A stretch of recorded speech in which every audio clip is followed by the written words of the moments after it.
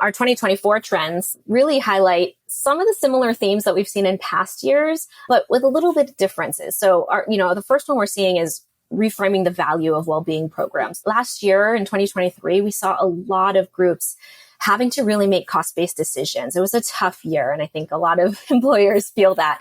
And so this year, with the programs that they have in place, they're really trying to understand ROI, what's the impact of these programs, setting goals related to those programs so that they know if they're effective.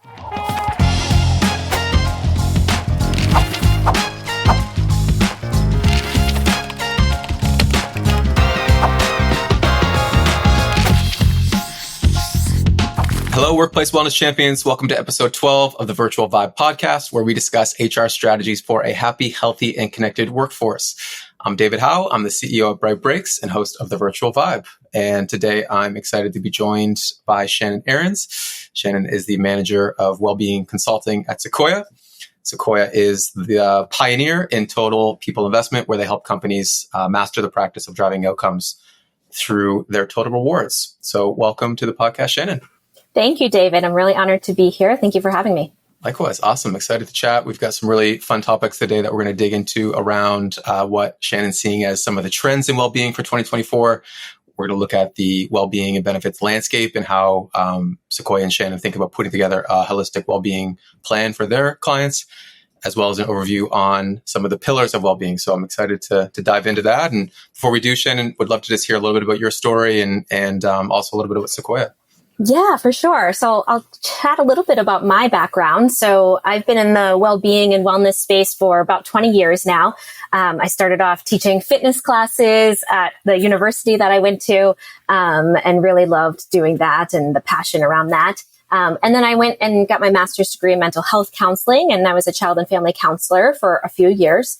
And then I moved over to California, where I really fell in love with the fitness world again, because it's super hot here, lots of activity. And then I got connected with corporate wellness, and I started teaching fitness classes at a large tech company here in San Francisco. And that's where I really recognized the scale and the magnitude that I could have with a large company, and just the impact I could have as well, and just spreading wellness and spreading the message there. And then I kind of had an opportunity to get into corporate well-being consulting, where I could combine not only my passion for fitness and physical health, but also mental health and family well-being and financial well-being, and really being able to consult with companies in that way. Yeah, that's a really cool story. It's awesome. You went from like implementing and doing the activities to actually consulting on how a company could do it more at scale. That's really awesome. And so Sequoia, what's a little bit of background on Sequoia? So Sequoia is a benefits and comp advisory company. So we work with clients on their core benefits, their total compensation, and then well-being is a big piece of what we do as well. So in my role as a well-being consultant, I help our clients put together their total holistic well-being packages. And so that includes helping them understand the vendor landscape, what's trending, what are the gaps in their program, and then ultimately helping them make decisions to really meet the needs of their employees, as well as once those programs are in place, how can they really maximize engagement, bring success and awareness to those programs?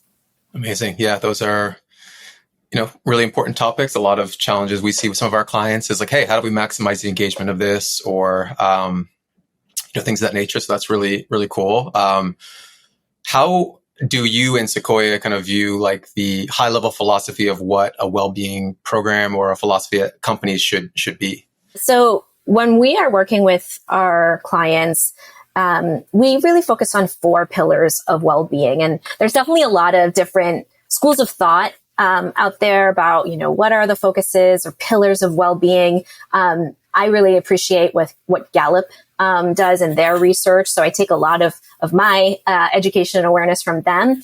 But when it comes to benefits consulting and well-being specifically, we focus on 4 pillars. And those are physical well-being, financial well-being, family well-being, and emotional well-being. And so we really take a client's programs and plug them into those buckets, really try to think about where also there might be overlaps, and then ultimately where the gaps are to help them, bring out a holistic program. Got it. Awesome. And when you say like Gallup, obviously a very well-known, organization, like do they have like training programs that you take, or is it more just really paying attention to the studies and stats that they put out, or what does that look like? I think they do have training programs. I personally have not taken them. I think they really focus a lot on managers and putting together training programs for them. They publish a lot of reports as well on what's trending in the space. What should employers have top of mind? What's some of the data that they're finding in a lot of their global studies as well, which I find really meaningful and important when we're working with our clients. Mm-hmm. Yeah, we often, one of the big things we hear from our customers is like, hey, how do I get my managers engaged? And we do kind of point them to Gallup a lot, because that is one of the big challenges, I think, is especially at larger companies. Like, it's if the managers aren't, kind of living and breathing what, what HR is saying or what the culture is, then it can be hard to kind of translate that down to individual employees. So I guess maybe we can start with like the trends that you're seeing. I think that's a really interesting topic. So a lot has changed over the past several years, from, pre-COVID to post-COVID to where we are today. And I guess, what are the trends you're seeing in 2024 around, corporate well-being? Yeah. I mean, this is an exciting time of year. We're, just at the beginning of March here. And this is when a lot of our clients are starting to think ahead already to 2025. And so they're really wanting to know what's trending in the space. What should I be thinking about? How can I remain, innovative and competitive, in our benefits offering for our employees. So every year, our wellbeing team does put together our top 4 trends that we're seeing in the space. And we pull from a number of different resources. Definitely, what are we hearing from Sequoia clients? So in our conversations, what are they talking about, especially towards the end of the previous year? That really gives us insight into, what might be top of mind for them. We also look at, again, what is trending in the industry. So that's where information from Gallup comes in really handy. What are a lot of the vendors in the space hearing and talking about? So we're pulling from a number of different data resources, including our own benchmarking reports. So Sequoia publishes an annual benchmarking report from our employers as well as beyond to really understand what are they doing and what are they implementing. So with that, our 2024 trends really highlight some of the similar themes that we've seen in past years, but with a little bit of differences. So, the first one we're seeing is reframing the value of well-being programs. So last year in 2023, we saw a lot of groups having to really make cost-based decisions. It was a tough year, and I think a lot of employers feel that. And so this year, with the programs that they have in place, they're really trying to understand ROI, what's the impact of these programs, setting goals related to those programs so that they know if they're effective. And so we're really supporting our clients in making sure they can do that, because ultimately they need to justify the program to their leadership and they want to keep it. They want to take care of their employees, and how can they put together a nice business case for that? The second one is building financial resiliency. So we're definitely seeing in an economy where, layoffs are still happening, where a lot of the COVID related policies that were put in place to really help people are now being pulled back here, I'll say in the States. And so it's definitely, bringing up questions about how can we really help our employees, build that financial resiliency, education. How can they make sure that there's savings for, emergencies and paying off student loans that are now, having to be repaid. And then the third one is supporting an aging workforce. So I think on a global scale, the average age is really increasing due to a number of things, technologies. And then with that, employees are staying in the workforce for longer as well. And so really thinking about, we can take care of our new employees, our younger employees who are entering the workforce, but how do we also take care of the ones who are potentially approaching retirement or who are trying to adapt to all this new technology that is happening in the workplace right now? And so just really being mindful of those older adults. And then the last one is doubling down on personalized care. And so really making sure that the solutions that you're putting in place are not really a one size fits all for all of your employees. How can you think about how to leverage AI, for example, or customized care plans, or making sure that they are, if it's, say it's a mental health solution, that they're able to filter and find a provider that looks like them, that understands, their worldview and their situation. And that's where that personalization comes in, which ultimately, leads to better results, increased engagement. And so, yeah, those are the trends that we're seeing in the space right now. Yeah, very interesting. I have a few questions. Like, how do you advise on, so on one hand, you're facing kind of like the financial side of things where companies are having to spend basically less money on wellness. But on the other side, employees need more personalized solutions and not necessarily one solution is going to solve all your challenges. So how do you advise on companies bridging that gap where maybe they need more programs, but they have less dollars to spend on them? Yeah, it is definitely a difficult challenge. I think one thing where we try to do and we try to help our groups with is thinking about solutions that will, really meet the needs of the most employees. So, as an example, I think lifestyle spending accounts are kind of a hot topic right now. And so definitely thinking about how you can use a platform like that to open up these different, wallets or spending accounts that employees can use to meet their needs when it comes to wellness or well-being, because everybody's experience and definition of how they take care of themselves is going to be different. And so that's kind of one way we often, when, employer comes to us and they've got sort of a blank slate, no programs yet, that's kind of a great solution because, it kind of meets a number of those different pillars of well-being. I think also there's different wellness platforms or fitness platforms in the space that are now starting to open up services related to mindfulness and meditation or different courses related to stress management. And so now you're sort of also meeting the physical health bucket as well as the emotional health bucket. And so really thinking about how can you maximize and get a little bit more from the programs that you have in place. Yeah, that makes sense. And in terms of the first one, which is kind of reframing the value of wellness. So that's one of the big challenges we see as well is how do you really show an ROI on these types of initiatives? And how do you justify that to leadership? Because if you're going to leadership, everyone intuitively knows that, hey, taking care of our people is good for business, but to put a correlate or like to tie that to a dollar amount or something that's going towards the business, how do you think about that? I think there's a number of ways you can measure ROI. I mean, this traditional way and, more traditional ways, I guess, would be decrease in medical care costs. So definitely we have some groups who are looking at their medical spend. Most common in the state are going to be things like MSK, mental health, maternity. And so really thinking about how can these solutions decrease those medical care costs. And that's why a lot of employees do turn to these carve-outs. But that's not always the case for everything, or the reason why employers want to put in a, well-being solution. It could also be increase in employee engagement and adapting and, enhancing the culture. So really, how can this solution, like a fitness platform, for example, just bring people together, creating challenges and things like that. And there's also, the talent retention and attraction ROI as well. I've worked with a number of groups where maybe they make an acquisition or they're trying to, really recruit a high level executive who came from a really big company who had these really rich benefits for family forming or, a whole number of sessions for mental health. And they're asking for those types of benefits. And that's how they're making decisions, whether to accept an offer or to stay at a company. And so there's a big value there too, with these types of benefits and just keeping people and attracting people. So I would say those are the big things that we see when it comes to measuring ROI. Mm-hmm. Okay. And is there any single, say pre-2020 to today, have any of those pillars or that, those trends changed significantly, or are they largely the same? Or are you seeing one that's, hey, in 2020 or 2021, it was this, and that's no longer relevant anymore? I would say the biggest theme from 2020 to today, 2024, is cost-based decisions weren't always a thing. In 2020 and 2021, employers were spending a lot of money on benefits to just take care of people in this new world.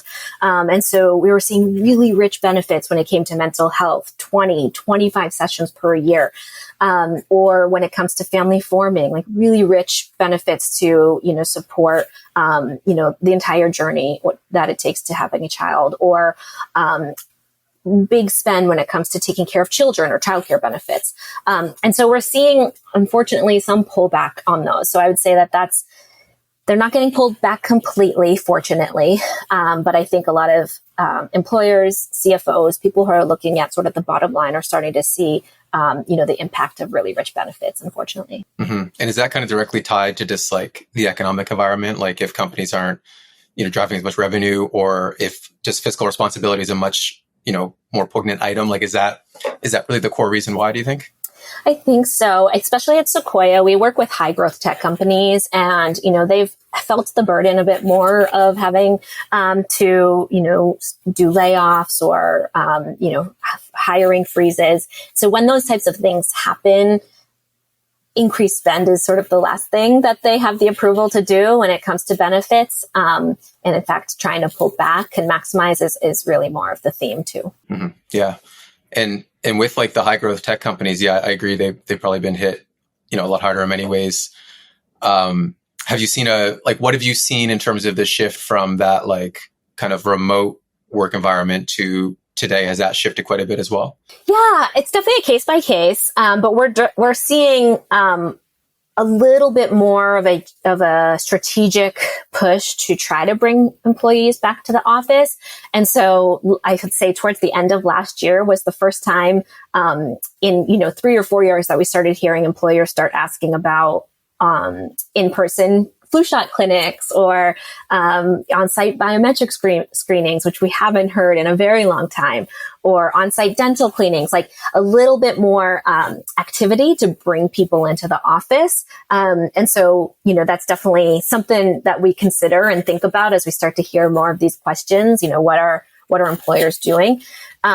We do, we are seeing that, that push to bring people back in a hybrid way. And I think the key to that is really being strategic with how you then structure meetings and making sure that, employees are coming into the office and it's meaningful and valuable for them. So larger team meetings are happening on the days that most employees are in the office. One-on-ones are happening when both manager and employer are in the office, and just really making sure that that is part of the plan.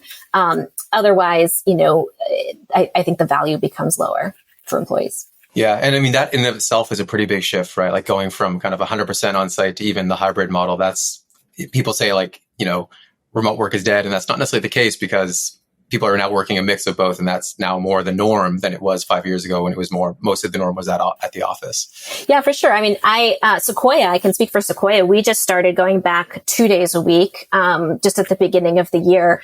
And I would say that I've, forgotten how valuable it can be to be back in the office. I think especially from a cross-functional point of view, there are people that, I would never interact with on Teams on a day-to-day basis because it kind of feels out of context, or, it just feels unnatural. But I see them in the office and like, oh yes, I would love to like chat with you. Tell me more about your role. How can we work together? And I think that's something that, I have found cannot be replaced in a virtual way. Okay. So, and then in terms of, I guess, like the benefits landscape, like how are you thinking about and advising on companies put together their kind of holistic well-being program? So when we start working with a client, we really want to understand what are the current programs that they have in place. And so we might collect that, plug it into, our pillars and help them visualize. Sometimes they're very heavily, invested in emotional well-being, or they're very heavily invested in physical well-being, but huge gap on the family well-being side. And so from there, we kind of help them understand, like, how can they fill that gap? What's going on in the space, what's trending, and then what's, for that family well-being, space as an example, who are the top players in the space, or what's the best approaches? And then not only that, we understand their population as well. So, what's their average age? What are their demographics? Where are people located? What are they hearing from employees too? And then also, what are the goals of the organization? A lot of times I've found it to be really successful when a company can align their well-being approach with their values and their mission as an organization, or of at least, the benefits philosophy, because that really helps kind of guide decisions. So we kind of start with all of this information gathering, and then try to work with the group to make recommendations. And do you see, like with vendors specifically, do you see the most impactful vendors being focused on a specific area, or do you see the vendors that are kind of broad and covering multiple of those pillars of those, initiatives, like who do you find Sequoia might be trending towards, finding more valuable? Is it the isolated, mental health app, or is it the more broad program that does a variety of things? I think it depends. There's definitely, the mental, if we start with the mental health as an example, I think that mental health has always been a very important employee well-being factor for years. This is even pre-pandemic.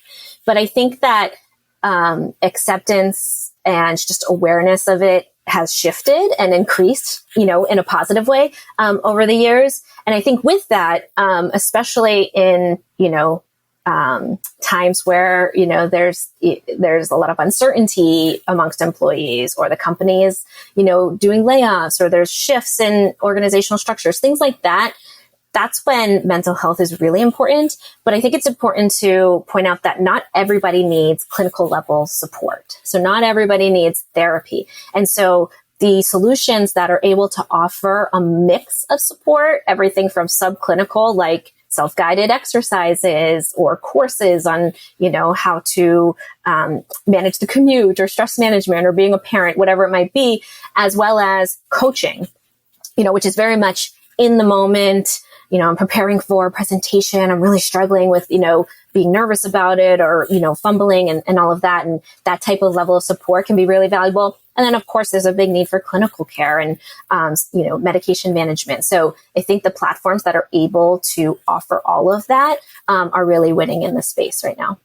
And then I think, there's a time and a place definitely for specific condition support, where being able to kind of offer, a number of different services or options doesn't always work. So I might cite, cancer support or obesity support. I think those are where being specialized in that as a vendor is really important.